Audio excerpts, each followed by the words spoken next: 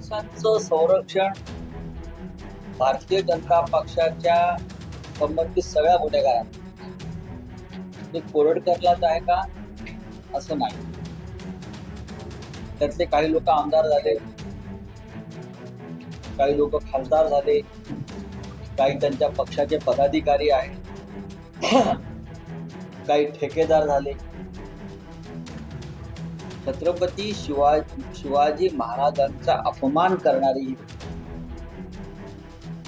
काल रात्री कुणाल कामरावरती हल्ला झाला. प्रत्यक्ष त्याचं ऑफिस तोडलं, त्याचा स्टुडिओ होतो. काही लोकांना असं वाटतं की एकनाथ शिंदेचा त्याने अपमान. मला कळत नाही की प्रशांत कोरडकरने शिवाजी महाराजांचा अपमान केला, त्याच्यावर कोणी बोलत नाही. ते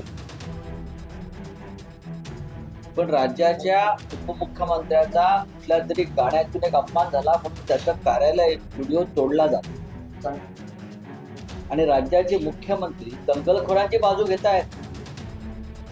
या राज्यामध्ये प्रथम होत आहे. कुणाल कामरा चुकला असेल त्याच्यावर कायद्याने कारवाई व्हावी, खूप त्याच्यावरती आपल्याकडे सेक्शन्स आहेत. आमच्यावर पण त्या कायद्याकडे अनेकदा कारवाई झाली. पण राज्याचे मुख्यमंत्री दंगलखोर गुंडगिरी करणाऱ्या लोकांची बाजू घेत आहेत आणि कुणाल कामराला सांगतायत एकनाथ शिंदेची माफी मागा. ही दडपशाही आहे. या मुख्यमंत्र्यांनी प्रशांत कोरडकरला अभय दिल्यामुळे हा 1 महिन्यापेक्षा जास्त काळ जामिनाच्या प्रयत्नात राहिला, पळून गेला महाराष्ट्रात. पोलीस त्याला 24 तासात पकडू शकते,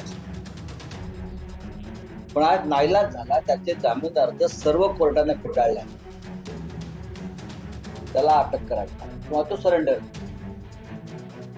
या महाराष्ट्राचं दुर्दैव आहे की या महाराष्ट्रामध्ये कोणत्याही प्रकारची कायदा आणि सुव्यवस्था राहिलेली नाही. महाराष्ट्र हे कधी काळी कायद्याचं राज्य म्हणून ओळखलं जायचं, ते कायद्याचं राज्य राहिलेलं नाही.